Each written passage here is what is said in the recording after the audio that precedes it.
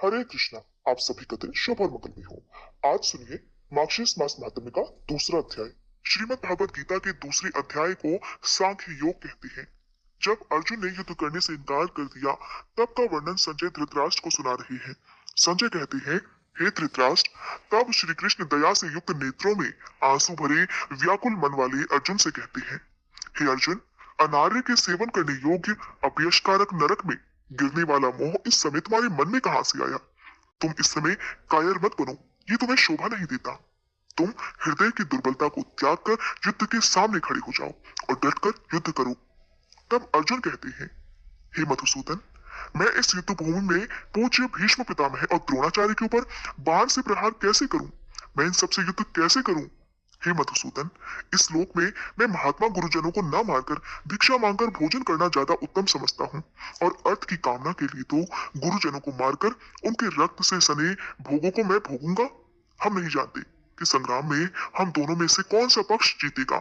हे कृष्ण, यदि हम इस युद्ध को जीत भी लें, तो जिनको मारकर हम जीवित ही नहीं रहना चाहते, वही धृतराष्ट्र का पुत्र हमारे सामने प्रस्तुत है। दीनता से मेरी स्वाभाविक वृत्ति नष्ट हो गई है। धर्म के विषय में तो मेरा मन भी मोहित हो चुका है। हे कृष्ण, मैं आपसे पूछता हूँ कि जिससे निश्चय करके मेरा भला हो, वह मुझे समझ कर कहिए, क्योंकि इस समय मैं आपका शिष्य हूँ। और हे प्रभु, इस समय मैं आपकी शरण में हूँ। मुझे ज्ञान शिक्षा दीजिए। मुझे पृथ्वी का निष्कंटक राज्य मिल जाए और देवताओं का भी आधिपत्य मिल जाए, तो भी ऐसा कोई उपाय नहीं दिखता जो मेरी इंद्रियों के सूखने वाले शोक को दूर कर सके। हे मधुसूदन, इस समय मेरे मन में बहुत व्यथा है। हे गोविंद, मैं ये युद्ध नहीं करूंगा। ऐसा कहकर अर्जुन चुप हो गए। अब संजय कहते हैं, हे राजन, दोनों सेनाओं के बीच में खिन्न होकर अर्जुन बैठे हुए हैं। उन्होंने अपने हथियार भी अलग रख दिए हैं। अर्जुन से तब श्री कृष्ण ने ये वचन कहे, हे अर्जुन, तू उनके लिए शोक करता है जो शोक करने योग्य ही नहीं है, और पंडितों की तरह बातें करता है। जो विद्वान होते हैं वे न तो जीवित प्राणियों के लिए और न ही मृत प्राणियों के लिए शोक करते हैं। ऐसा कभी नहीं हुआ कि मैं किसी भी समय में नहीं था, या तू नहीं था, या ये समस्त राजा नहीं थे, और न ऐसा ही होगा कि भविष्य में हम सब नहीं रहेंगे। जिस प्रकार जीवात्मा इस शरीर में बाल अवस्था से लेकर युवा अवस्था और वृद्ध अवस्था को निरंतर प्राप्त होती रहती है, उसी प्रकार जीवात्मा इस शरीर की मृत्यु होने पर दूसरे शरीर में चली जाती है। ऐसे परिवर्तन से धीर मनुष्य कभी भी मोह को प्राप्त नहीं होते। हे कुंती पुत्र, सुख दुख को देने वाले विषयों के क्षणिक संयोग तो केवल इंद्रिय बोध से उत्पन्न होने वाले सर्दी और गर्मी की ऋतुओं के समान आने जाने वाले हैं। इसलिए हे अर्जुन, तू अविचल भाव से उन सब को सहन करने का प्रयास कर। हे अर्जुन, ध्यान से सुन। जो मनुष्य दुख और सुख में कभी भी विचलित नहीं होता, दोनों ही परिस्थितियों में एक जैसा भाव रखता हो, ऐसा धीर पुरुष निश्चित रूप से मुक्ति के योग्य होता है। और जो सभी शरीरों में व्याप्त है, उस आत्मा को ही तू अविनाशी समझ। इसको नष्ट करने में कोई भी ना समर्थ है और ना ही समर्थ हो सकेगा। इस अविनाशी अमाप नित्य स्वरूप आत्मा के ये सब शरीर नष्ट होने वाले हैं। अतः हे भरतवंशी, तू युद्ध कर। श्री कृष्ण अर्जुन को युद्ध करने के लिए समझाते हुए कहते हैं, हे अर्जुन, जो इस आत्मा को मारने वाला समझता है तथा जो इसको मरा हुआ समझता है, वे दोनों ही अज्ञानी हैं, क्योंकि यह आत्मा वास्तव में ना तो किसी को मारती है और ना ही किसी के द्वारा मारी जाती है। ये आत्मा किसी काल में भी ना तो जन्म लेती है और ना मरती है और ना ही जन्म लेगी। ये अजन्मा, नित्य, शाश्वत और पुरातन है। शरीर के मारे जाने पर भी यह कभी नहीं मारी जा सकती। हे कुंती पुत्र अर्जुन, जो मनुष्य इस आत्मा को अविनाशी, शाश्वत, अजन्मा और अव्यय जानता है, वह मनुष्य किसी को कैसे मार सकता है या किसी के द्वारा कैसे मारा जा सकता है? हे अर्जुन, तुम इन सब बातों को इस तरह से समझो। जिस प्रकार मनुष्य अपने पुराने वस्त्रों को त्याग कर दूसरे नए वस्त्रों को धारण करता है, ठीक उसी प्रकार आत्मा भी अपने पुराने और व्यर्थ के शरीरों को त्याग कर नए शरीरों को धारण करती है। इस आत्मा को ना तो कोई शस्त्र काट सकता है, ना ही आग के द्वारा इसे जलाया जा सकता है, ना जल के द्वारा भिगोया जा सकता है, और ना ही वायु के द्वारा इसे सुखाया जा सकता है। इस आत्मा को ना तो तोड़ा जा सकता है, ना ही जलाया जा सकता है, और ना इसे घुलाया जा सकता है।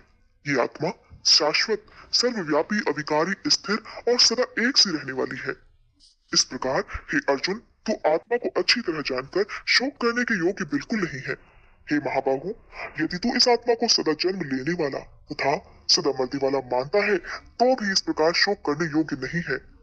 और हे अर्जुन, यदि तुम इस युद्ध भूमि में अपने सगे संबंधियों को मारने से डर रहे हो, तो ध्यान से सुनो कि जिसने जन्म लिया है उसकी मृत्यु निश्चित है।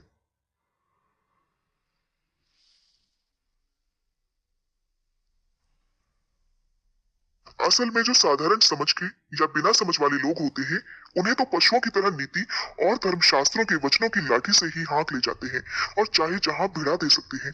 उनके लिए ये बात काफी होती है। मगर जो आगे बढ़ गया और भले बुरे का विचार स्वतंत्र रूप से खुद ही कर सकता है, उसके सामने ये आदेश और ये सारे वचन बिल्कुल बेकार साबित होते हैं। इतना ही नहीं, गुरुजनों की आज्ञा भी उस पर कोई असर नहीं डाल सकती, जब तक उसके दिमाग में ये बात जच ना जाए। यही कारण है कि श्री कृष्ण जैसे महापुरुष की बात का प्रभाव भी अर्जुन पर जरा नहीं पड़ सका और वो टस से मस नहीं हो सका।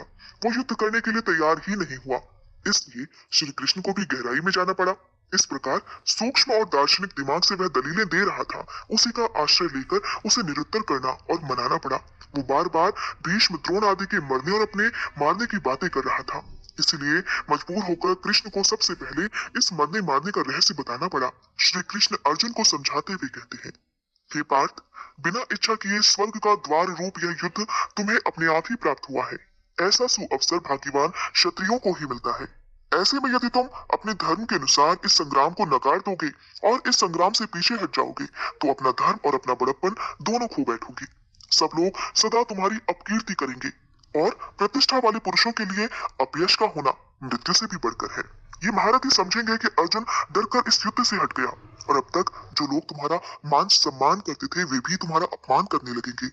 शत्रु लोग तुम्हारे पराक्रम की निंदा करते हुए अनेक प्रकार के दुर्वचन तुम्हारे बारे में कहेंगे। इससे बढ़कर हे अर्जुन, तुम्हें और क्या दुख होगा? यदि तुम इस युद्ध में मारे भी गए तो भी स्वर्ग के भागीदार होगे, और अगर जीत गए तो सब पृथ्वी तल पर राज्य करोगे। इसलिए युद्ध के निर्मित दृढ़ प्रतिज्ञ होकर खड़े हो जाओ। सुख दुख लोभ हानि जय पराजय, इन सभी को एक समान समझकर युद्ध के लिए तैयार हो जाओ, और ऐसा करने से तुम पाप को प्राप्त नहीं होगे। हे पार्थ, यह ज्ञान उपदेश ज्ञान योग के विषय में तुझे कहा गया। अब निष्काम कर्म योग के विषय में सुन, जिस ज्ञान को पाकर कर्म बंधन से तेरी मुक्ति होगी। कर्म योग मार्ग में एक बार प्रारंभ किए कर्म का कभी नाश नहीं होता। हे अर्जुन, जिस मनुष्य का मन इस प्रकार मोह में लिप्त होता है, उसकी आसक्ति भोग विलास और ऐश्वर्य में होती है, और ऐसे पुरुषों के अंतःकरण में निश्चयात्मक बुद्धि ही नहीं होती। इसलिए हे अर्जुन, इस युद्ध के लिए तैयार हो जाओ। अब भगवान ने देवी को भगवत गीता महात्म्य का जिस प्रकार वर्णन किया, उसका दूसरा अध्याय भी सुनिए। श्री भगवान देवी लक्ष्मी से कहते हैं, लक्ष्मी, भगवत गीता के प्रथम अध्याय के महात्म्य का उत्तम उपाख्यान मैंने तुम्हें सुना दिया। अब अन्य अध्यायों के महात्म्य भी सुनो। दक्षिण दिशा में वेद वेदता ब्राह्मणों के पुरंदरपुर नामक नगर में श्रीमान देव शर्मा नामक एक विद्वान ब्राह्मण रहते थे। वे अतिथियों के पूजक, स्वाध्यायशील, वेद शास्त्रों के विशेषज्ञ, यज्ञों का अनुष्ठान करने वाले और तपस्वियों के सदा ही प्रिय थे। उन्होंने उत्तम द्रव्यों के द्वारा अग्नि में हवन करके बहुत लंबे समय तक देवताओं को तृप्त किया, किंतु उन धर्मात्मा ब्राह्मण को कभी सदा रहने वाली शांति नहीं मिली। वे परम कल्याण में तत्व का ज्ञान प्राप्त करने की इच्छा से प्रतिदिन प्रचुर सामग्रियों के द्वारा सत्य संकल्प वाले तपस्वियों की सेवा करने लगे। इस प्रकार शुभ आचरण करते हुए उन्हें बहुत समय बीत गया। इसके बाद एक दिन पृथ्वी पर उनके समक्ष एक त्यागी महात्मा प्रकट हुए। वे पूर्ण अनुभवी, आकांक्षा रहित, नासिका के अग्रभाग पर दृष्टि रखने वाले तथा शांत चित्त थे। निरंतर परमात्मा के चिंतन में संलग्न होकर वे सदा आनंद विभोर रहा करते थे। देव शर्मा ने उन नित्य संतुष्ट तपस्वी को शुद्ध भाव से प्रणाम किया और फिर पूछा, महात्मन, मुझे शांतमय स्थिति कैसे प्राप्त होगी? तब उन आत्मज्ञानी संत ने देव शर्मा को 100 ग्राम के निवासी मित्रवान का, जो बकरियों का चरवाहा था, बकरियां चुराता था, उसका परिचय दिया और कहा, वही तुम्हें उपदेश देगा।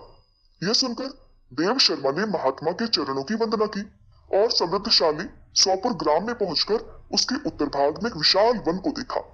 उसी वन में नदी के किनारे एक पत्थर पर मित्रवान बैठा हुआ था। उसके नेत्र आनंद से निश्चल हो रहे थे और वह बिना पलक झपकाए लगातार देख रहा था।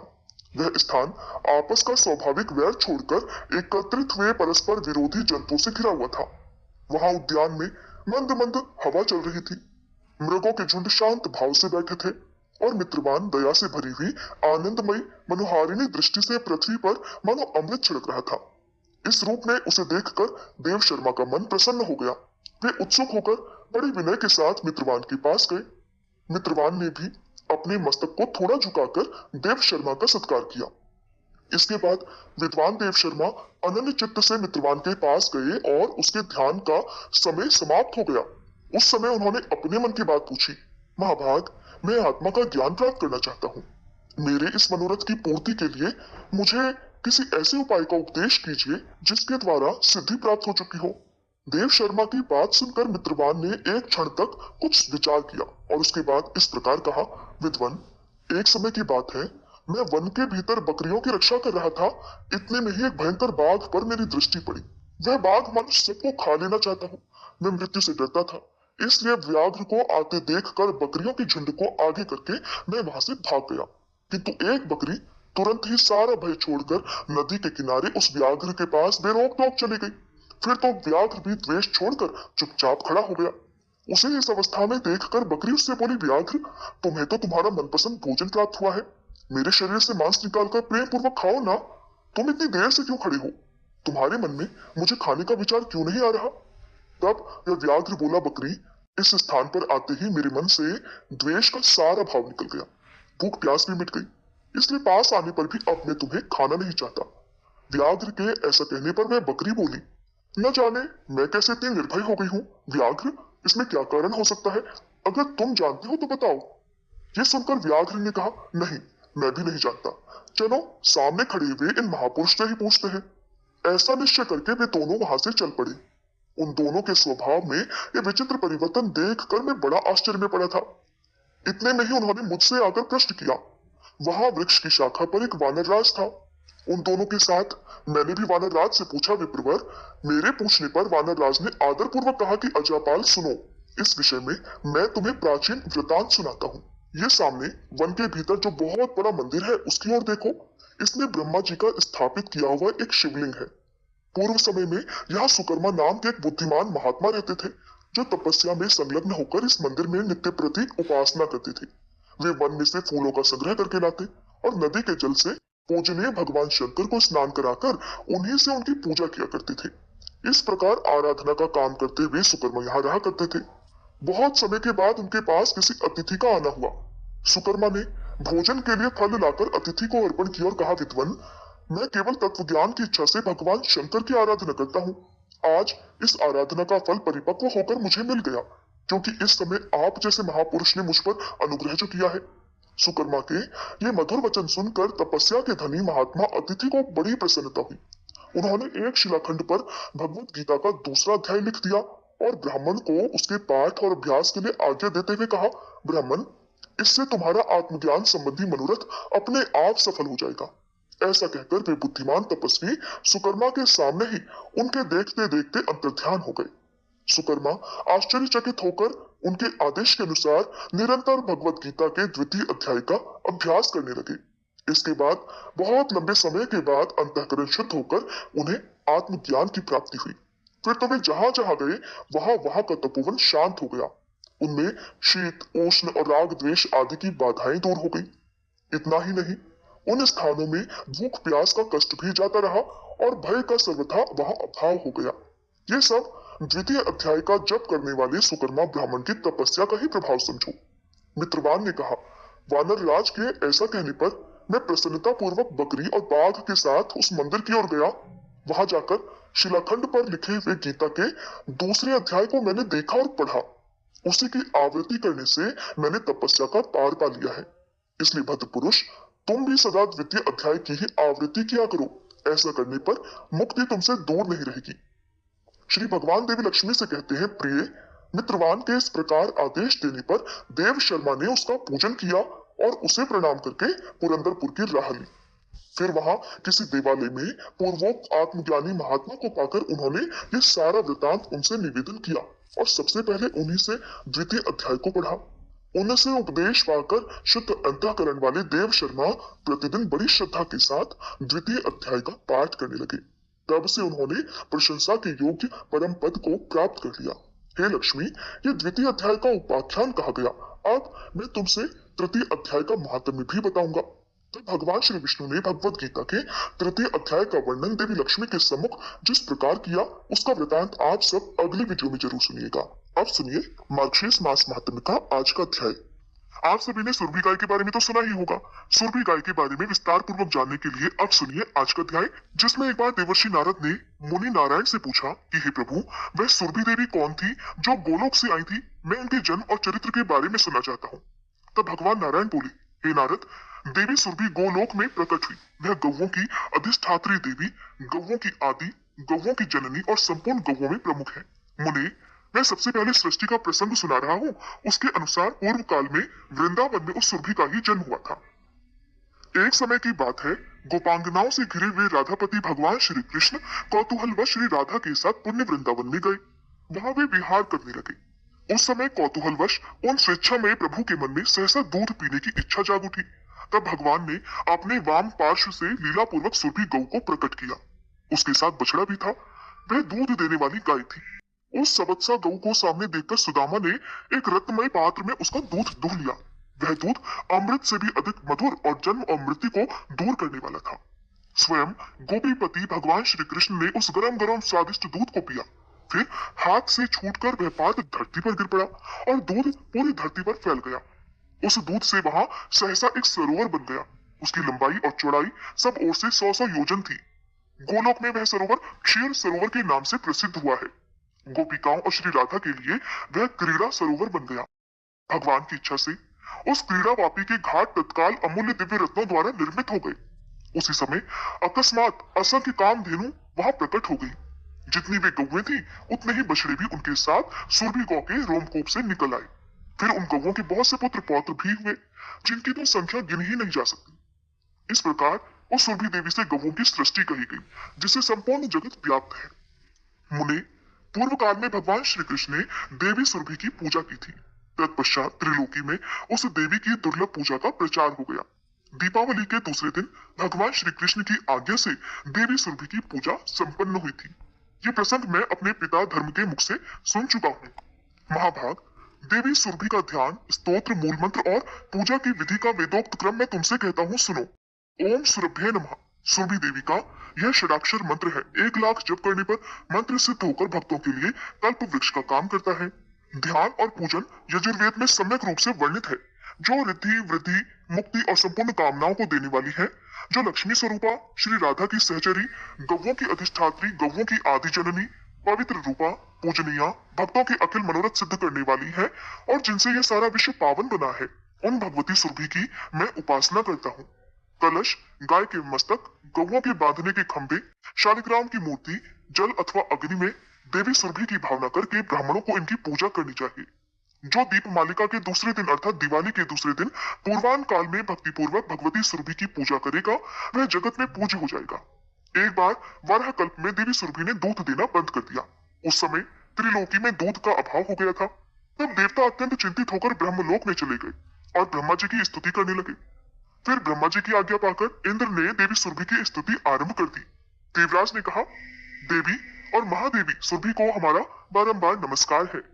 आप गौओं की बीज स्वरूपा हो, आपको नमस्कार है। आप श्री राधा को प्रिय हो, आपको नमस्कार है। आप लक्ष्मी की अंशभूता हो, आपको बारंबार नमस्कार है। श्री कृष्ण प्रिया को नमस्कार है। गौओं की माता को बार बार नमस्कार है।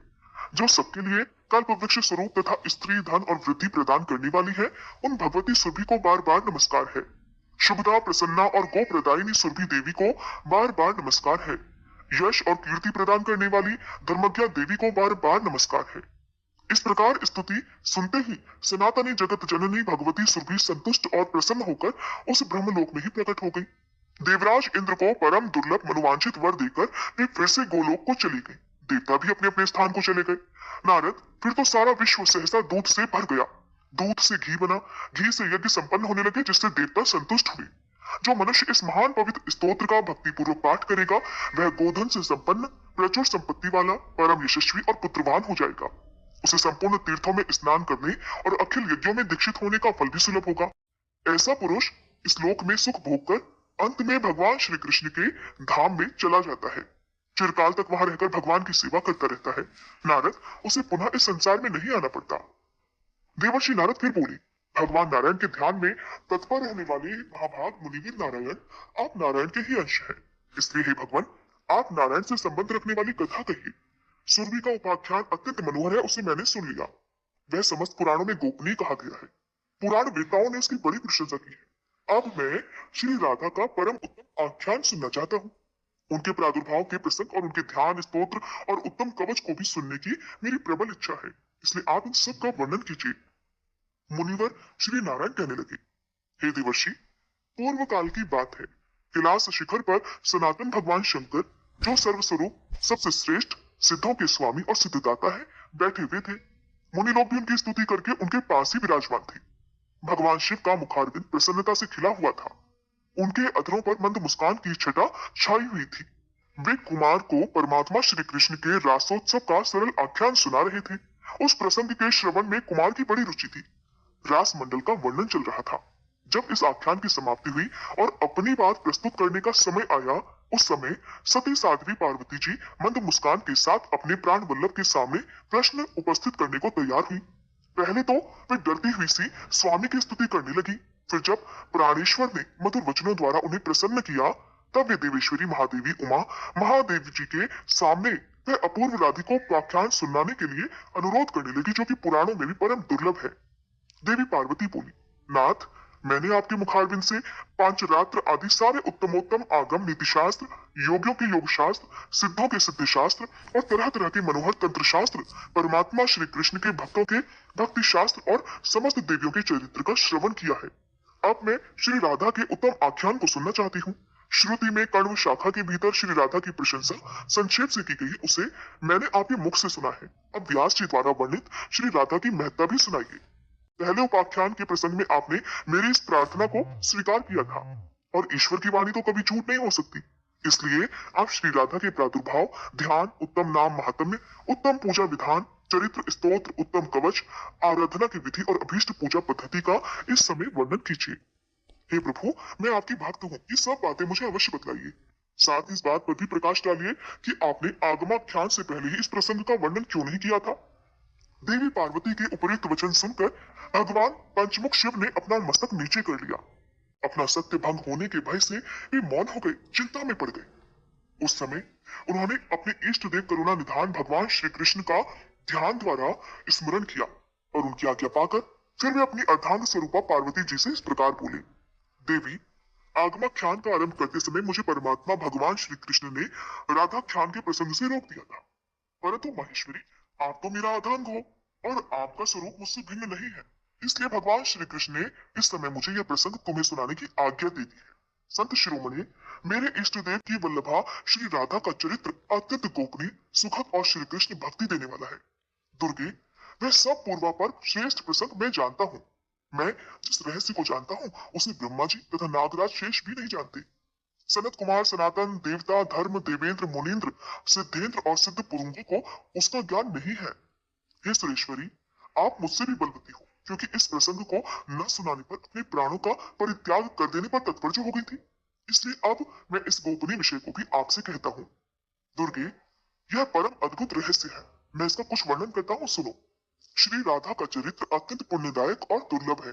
एक समय रासेश्वरी श्री राधा जी श्याम सुंदर श्री कृष्ण से मिलने को तत्पर हुई। उस समय वे रत्नमय सिंहासन पर अमूल्य रत्न भरणों से विभूषित होकर बैठी हुई थी।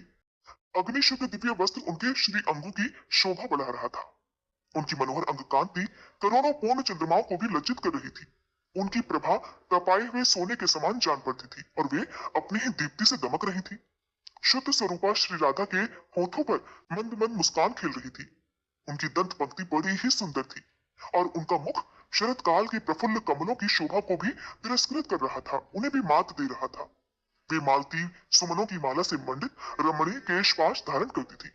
उनके गले की रत्नमयी माला ग्रीष्म ऋतु के सूर्य के समान चमक रही थी। कंठ में प्रकाशित शुभ मुक्ताहार गंगा की धवल धार के समान शोभा पा रहा था। आप सभी श्रोतागण यहाँ पर बहुत ध्यान से आंखें बंद राधा रानी के स्वरूप का ध्यान कीजिएगा। जो जो कथा में सुनाया जा रहा है उन्हीं सब बातों का ध्यान करते हुए आप राधा रानी को याद कीजिए। रसिक शेखर श्याम सुंदर श्री कृष्ण ने मंद मंद मुस्कुराती हुई अपनी उन प्रियतमा को देखा। प्राण वल्लभा पर दृष्टि पड़ते ही विश्वकांत श्री कृष्ण मिलन के लिए उत्सुक हो गए। परम मनोहर कांति वाले प्राण वल्लभ को देखते ही श्री राधा रानी उनके सामने दौड़ती चली गई। देवी, उन्होंने अपने प्राणाराम की ओर धावन अर्थात दौड़ना प्रारंभ किया, इसलिए पुराण वेता महापुरुषों ने उनका राधा ये सार्थक नाम निश्चित कर दिया। राधा श्री कृष्ण की आराधना करती है और श्री कृष्ण श्री राधा रानी की। वे दोनों परस्पर आराध्य और आराधक हैं। संतों का ऐसा कहना है कि उनमें सभी दृष्टियों से पूर्णतः समता है। वे दोनों एक ही हैं। महेश्वरी, मेरे ईश्वर श्री कृष्ण रास में प्रिया जी के तोड़ने वाले कर्म का स्मरण करते हैं, इसलिए वे उन्हें राधा कहते हैं, ऐसा मेरा अनुमान है। दुर्गे, भक्त पुरुष रा शब्द के उच्चारण मात्र से परम दुर्लभ मुक्ति को पा लेता है और धा शब्द के उच्चारण से वह निश्चय ही श्री हरि के चरणों में दौड़कर पहुंच जाता है। रा का अर्थ है पाना और धा का अर्थ है निर्वाण अर्थात मोक्ष। भक्तजन उनसे निर्वाण मुक्ति पा लेता है, इसलिए उन्हें राधा कहा गया है। श्री राधा के रोमकूपों से गोपियों का समुदाय प्रकट हुआ है और श्री कृष्ण के रोमकूपों से संपूर्ण गोपों अर्थात ग्वालों का प्राकट्य हुआ है। श्री राधा के बाएं भाग से महालक्ष्मी जी का प्राकट्य हुआ है। वे ही शस्य की अधिष्ठात्री देवी और गृह लक्ष्मी के रूप में भी प्रकट हुई है। देवी महालक्ष्मी चतुर्भुज विष्णु जी की पत्नी है और वैकुंठ धाम में वास करती है। राजा को संपत्ति देने वाली राजलक्ष्मी भी उन्हीं की अंशभूता है। राजलक्ष्मी की अंशभूता मत्स्य लक्ष्मी है जो गृहस्थों के घर घर में वास करती है। वे ही शस्याधिष्ठात्री देवी और वे ही ग्रह देवी है। स्वयं श्री राधा श्री कृष्ण की प्रियतमा है और श्री कृष्ण के ही वक्ष स्थल में वास किया करती है। वे उन परमात्मा श्री कृष्ण के प्राणों की अधिष्ठात्री देवी है। देवी, ब्रह्मा जी से लेकर तृण अथवा कीट पर्यंत संपूर्ण जगत मिथ्या ही है। केवल त्रिगुणातीत ब्रह्म परमात्मा श्री राधा वल्लभ श्री कृष्ण ही परम सत्य है, इसलिए तुम उन्हीं की आराधना करो। वे सबसे पहले प्रधान परमात्मा परमेश्वर सभी के आदि कारण और प्रकृति से परे विराजमान है। उनका नित्य रूप स्वेच्छामय है। वे अपने भक्तों पर अनुग्रह करने के लिए ही अलग अलग शरीर धारण करते हैं। श्री कृष्ण से भिन्न जो दूसरे दूसरे देवता है, उनका रूप प्राकृतिक तत्वों से ही गठित है। श्री राधा श्री कृष्ण को प्राणों से भी अधिक प्रिय है। वे परम सौभाग्यशालिनी है। एक बार सुदामा के शाप से देवी श्री राधा को गोलोक से इस भूतल पर आना पड़ा था। उस समय वे वृषभानु गोप के घर में अवतीर्ण हुई थी, अर्थात उनका जन्म वृषभानु गोप के घर में हुआ था। वहां उनकी माता का नाम कलावती था। हरे कृष्णा। आज के अध्याय में बस इतना ही। श्री राधा रानी का जन्म किस प्रकार हुआ और किस तरह की लीलाएं फिर बाद में रची गई, इन सब का विस्तार पूर्वक वर्णन आप सभी कल के अध्याय में जरूर सुनिएगा। अब तक के सारे अध्याय सुनने के लिए आप सबको